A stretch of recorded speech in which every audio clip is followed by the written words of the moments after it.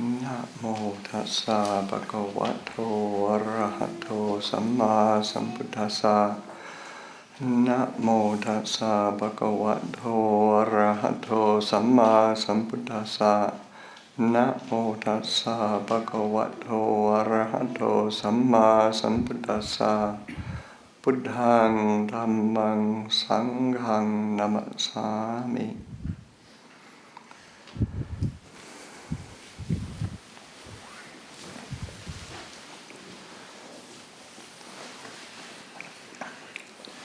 Again, just to express my appreciation and delight for everybody's efforts at coming out today and the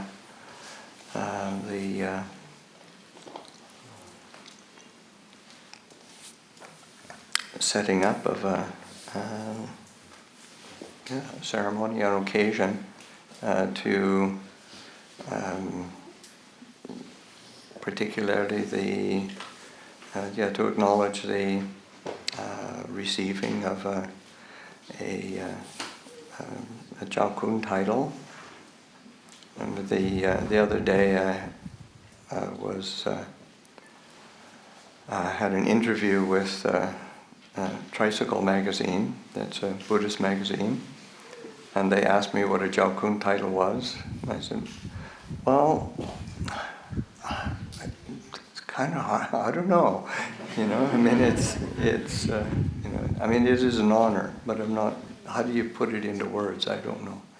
But it, and in particularly the occasion was the first time that the new king of Thailand was giving honors to the monastics and the within the lay society, people who have made some sort of contribution, and the new king specifically chose Luang Por Pasanno, myself, Ajahn Amaro, Ajahn Jayasaro to receive titles. Both Luang Por Pasanno, Ajahn Amaro, myself already had a Chao Khun title, so it was a further honor. And Ajahn Jayasaro was this is the first time he's received a title, and but to me, I felt it was an acknowledgement or recognition of the contribution that Ajahn Chah and his Western Sangha have contributed to Buddhism, both in Thailand and in the West, so that it didn't definitely didn't feel something as if it was a personal thing, and to me it was really a great recognition of what Ajahn Chah's ability to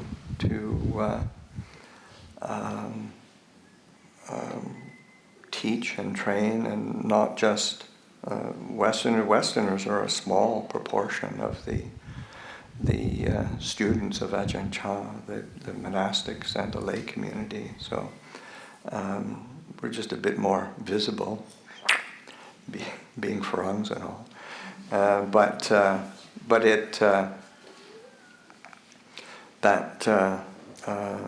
say within Thailand, Ajahn Chah's monasteries, there's probably over 300, I'll bet, and with some really exceptional teachers and examples, and of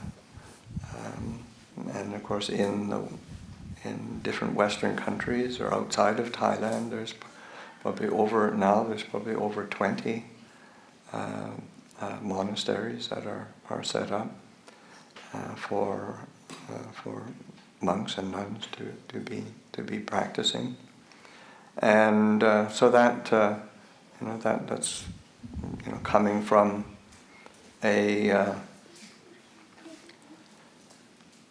individual like Ajahn Chah, who grew up in the countryside of kind of a far-flung province in northeastern Thailand. So that's quite that is a real accomplishment, and I think is important to recognize that. Of course, and if people start, and when Ajahn Chah was alive and teaching, and people were, giving him respect and acknowledgement, and he would say, well, it's not about me, it's about, we get everything from the Buddha. The Buddha is our source of inspiration and guidance. So it's the fundamental refuges of Buddha, Dhamma, and Sangha that keep returning to. And say when Ajahn Chah received, because he did receive a Chao Khun title from the King of Thailand, and when he did, it was my early days of being a monk and training with Ajahn Chah, and I remember all of us going to the train station. You didn't take planes in those days, because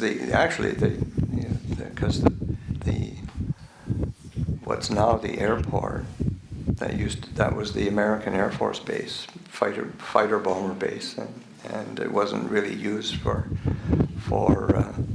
domestic flights. It was a military base, but so everybody went, say, back and forth to Bangkok by train, and so there was a whole contingent of the monastery and branch monasteries and citizens of Ubon were all in the station waiting for Ajahn Chah to arrive, and it's an overnight train ride. He arrives first thing in the morning, and then it was huge numbers of people, and then he received people, and then started walking on alms round through the streets of Warren, and then everybody started lining up, and he bailed out pretty quick, but the rest of us had to continue walking through. It was almost to the edge of Warren. I mean, there,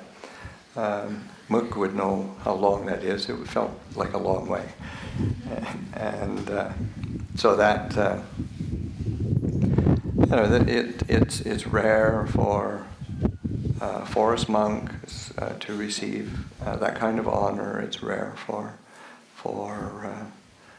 say some, as you say, a simple monk from a village in the northeast of Thailand to receive that honor. And when that day, after we came back, of course we had the meal, and similar to today, then having the meal, then Ajahn Chah gave a talk, a reflection, and one of the things he said was or a couple of things he said. He said that Ajahn Chah, before getting a title and after getting a title, he's still the same person. No, so it was that yeah, there might be a title, but it's still the same person. And then he gave a lovely image of. He said it's like in Ubon there's a large river that goes through the Moon River that goes out, and then goes out to the Mekong River. And he said every year the Moon River goes up in the rainy season and it goes down in the dry season. And but the bridge over the Moon River stays the same. He said, and as a monk, as a practitioner of Dhamma, said that's what we have to do, and say that the worldly conditions of praise and blame, of gain and loss, of recognition or say ill repute, those always go up and they go down. They go up and they go down. But what's important is to be like the bridge that stays the same, stays in place. And it's like that, creating that steadiness of Dhamma in the heart that is able to maintain an evenness of recognizing that conditions in the world will always change. Whether you're say a monastic or a layperson or a fully awakened Buddha, some people are going to praise you, some people are going to blame you. Sometimes things will go smoothly, sometimes it will be difficult.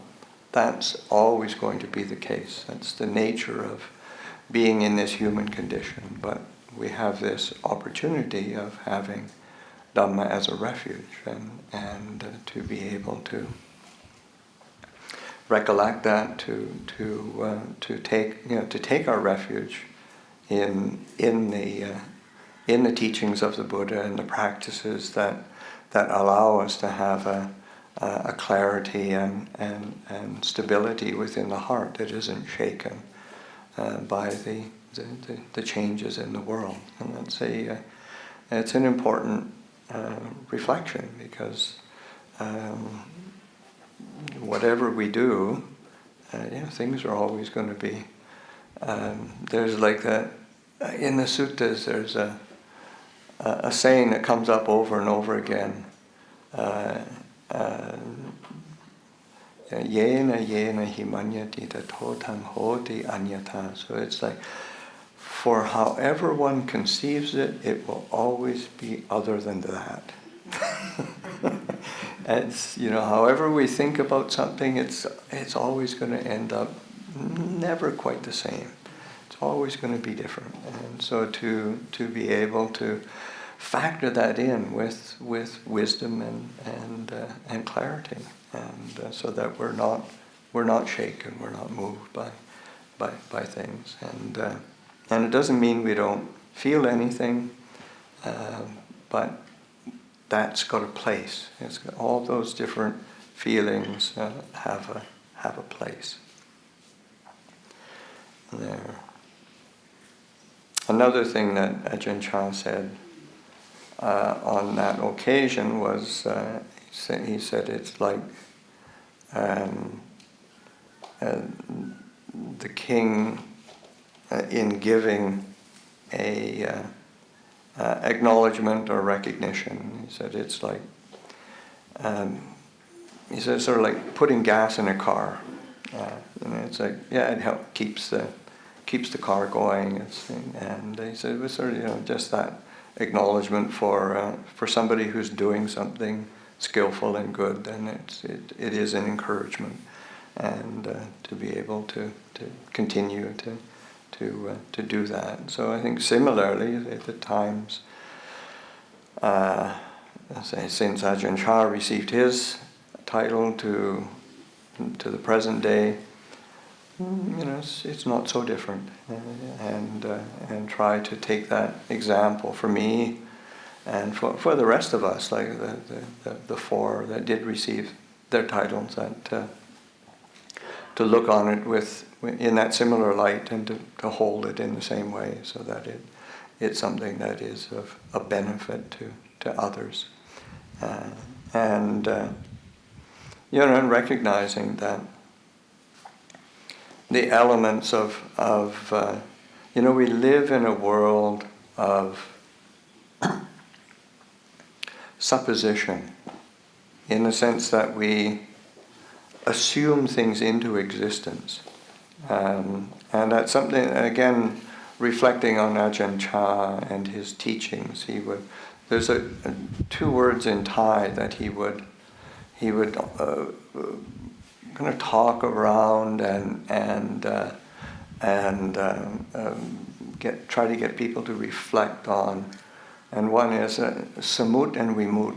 It's like samuti satcha and vimutti satcha. So that say the truth of supposition or things that are of a conditioned nature, that are assumed into reality, but things of a transcendent or liberated nature. And the reality is our human condition is fundamentally a condition of supposition and assumption. Whether it's the titles or positions or our how we perceive ourselves as a part of society or family or what, all of these are suppositions. We have to live by them. We have to understand them. We have to understand their benefits. We have to understand their drawbacks. And when we understand, say the truth of supposition and assumption, then we have an opportunity of living with freedom. And as long as we carry things of a supposed nature into reality and assuming them to be too real, then we create obstacles and difficulties for ourselves and miss the opportunity for freedom. And another, say, supposition or assumption was just the supposition of time. What we say that one of the things that people are, the occasion today is also my birthday, 70th birthday, and but then if you reflect on it, what is time? What's 70 years? It's just an assumption, because time is something that time is only what we think about or conceive, or thinking about the past. It's not that the past doesn't exist, but how we experience the past is always in the present moment. And all there is the present. And how we assume it into existence, it's important to recognize that time is something that we are creating by our own assumptions. And of course, there is a reality. 70 years, my body's very different than it was 50 years ago. And it's not going to be around in another 50 years. Who knows how long it'll be around. But that sense of time, is it a lot of time? Is it only a little bit of time? Those are things that we assume. And of course, it's really helpful to reflect on time, even if it is just an assumption or a supposition, because we do let time slip by us without understanding how to use it skillfully. And it's like one of the things, like our society, like a modern society, actually is quite quite well off materially, but it's time poor. Everybody feels they don't have enough time, and how does that work? How do we end up feeling poor in terms of we don't have enough time? And a lot of it is just through the that lack of paying attention and reflecting, investigating on the nature of time and the nature of our actions, and just because it's easy to think I never have enough time. I don't have enough time to do this. I don't have, but how come we have time for social media? We go down, and it's not just the lay people that go down the rabbit hole of YouTube, say, and come up with watching some obscure. I've done it myself. It's like, wow, that's kind of wow, and yet, why did I waste my time doing that?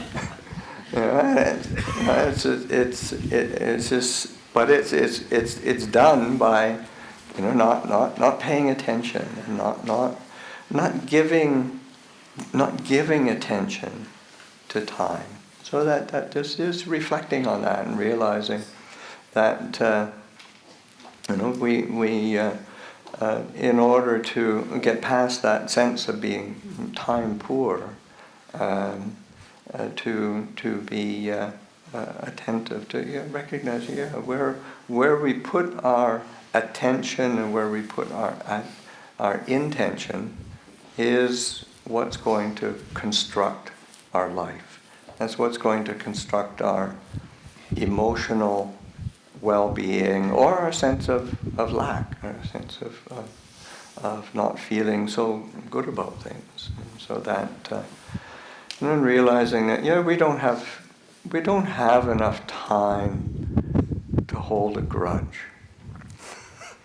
There's just not enough time in anybody's life to hold a grudge or to feel kind of slighted, or it's just there's just not enough time in our life to do that. You need to realize, because we're picking up something and allowing that to consume our time and our attention, and then, or some obsession over some particular thing that we desire or want, and those are, or we fear.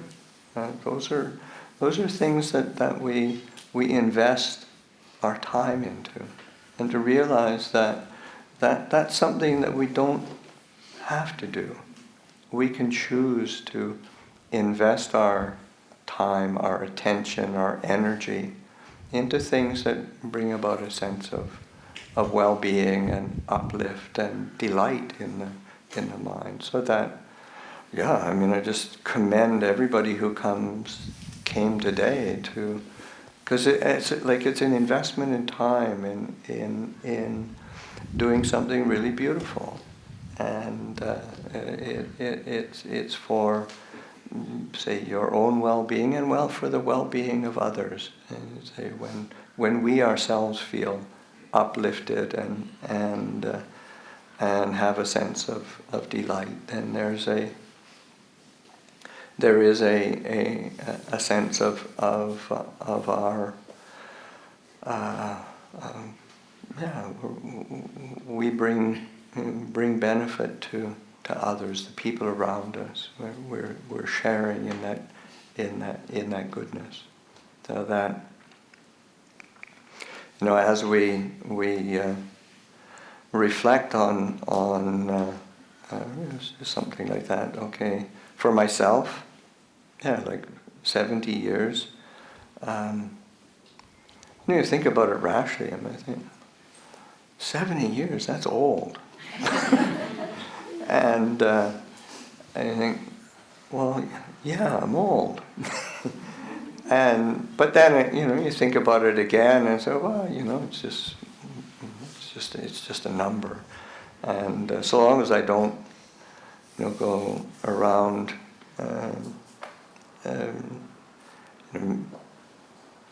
how do you say, creating problems for others with my oldness, then it's okay, it's okay. It doesn't really matter how old I am, or what number is there. So that sense of using it as a reminder, a reflection of okay, how do I do this?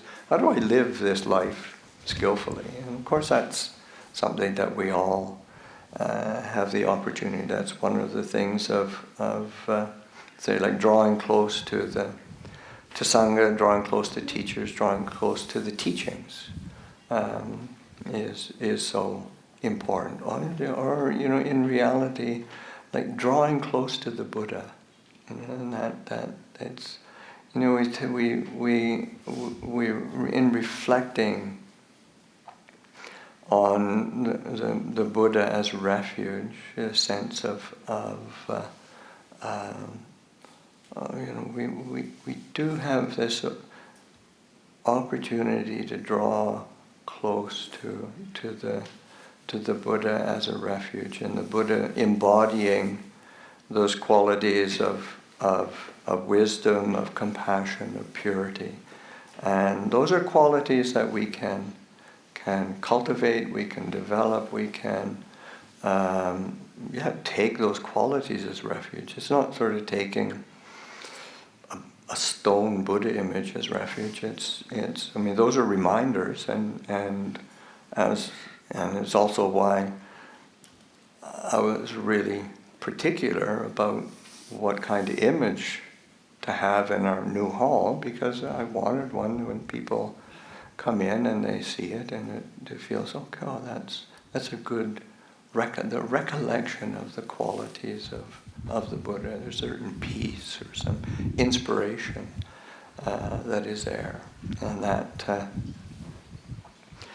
and being able to live with that as a basis, as a foundation for our life, and that.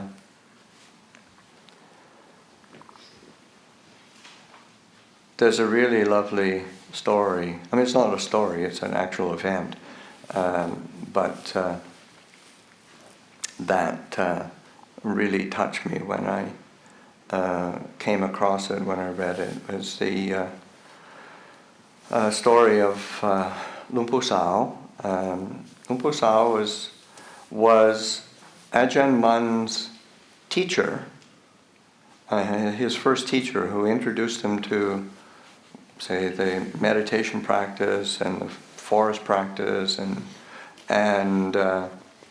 but then Ajahn Mun practiced and took it to the level of full awakening, then came back and taught Luang Por Pasanno, taught his teacher until Luang Por Pasanno realized full awakening as well.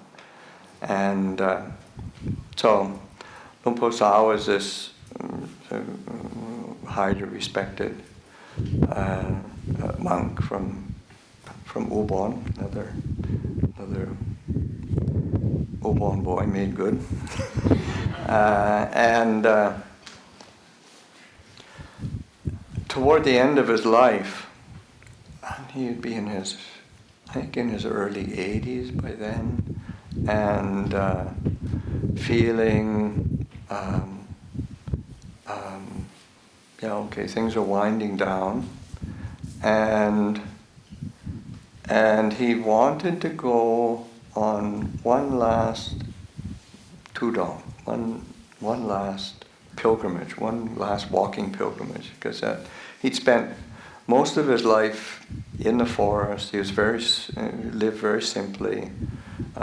His teaching tended to be very, very simple. Like Ajahn Mun is known for his ability to teach. Luang Por Pasanno is much more known for just the example that he gave, and his teachings tended to be pretty simple, very straightforward. But he was an exemplary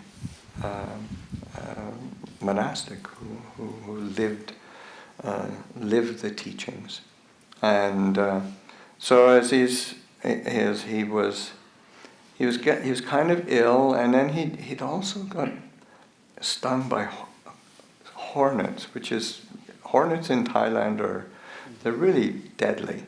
It's not like a mosquito or a bee or something. This is really painful and packs a punch.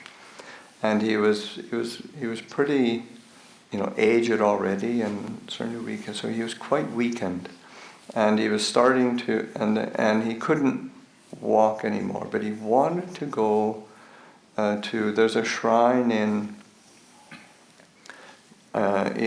Laos, in Champasak, a very old ancient monastery on the banks of the Mekong River, and he wanted to go there to pay respects and so he ended up not being able to walk much further. So the monks organized a boat, and then I think there were a couple days on this boat going down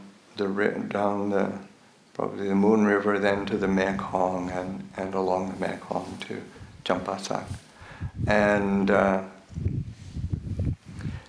it wasn't, he was just lying there quite, not communicating, quite ill, and not at all well. And they pulled up on the banks of the Mekong, just below the temple, and as soon as they got there, then he sat up and said, "Are we there?" And so he's okay. He's up for. So then the monks help him put his robe on in a proper way, and then they start to walk up, and then he said to go get my sangati, this robe. Go get my sangha. So he's formally. This is about as when we have formal dress. This is what monks is formal dress. So he goes up they help him up the banks, and they go into the ordination hall, and they go to the front of this. It's a very ancient Buddha image, and he gets down, kneels, he bows very, very carefully, slowly, mindfully, bows once, bows twice, bows 3 times. And then the 3rd time, he didn't come back up. And so the monks sort of they're waiting, thinking, well, maybe he's reciting some gathas or some verses but then he hasn't got up yet. So then a monk came over and put his finger to his nose. Oh, he's passed away. He died. And it was sort of like just this act of devotion. What I'd really like to do, the last thing in my life, is bow to the Buddha. And just, that kind of devotion and and expression of gratitude, expression of fulfillment. Yeah, that's the last thing. If I did that as the last thing in my life, yeah, okay, life is good. So that sense of having the Buddha as refuge, having the Buddha as a place to bring our attention and recollect these refuges that we have: the Buddha, the Dhamma, the Sangha. These are the foundations that give us an opportunity for really growing in goodness and things that allow us to feel that I'd say we're not missing anything. We haven't missed out on anything. And I think another thing that comes to mind is recollecting the Buddha. Because oftentimes, there's a lot of,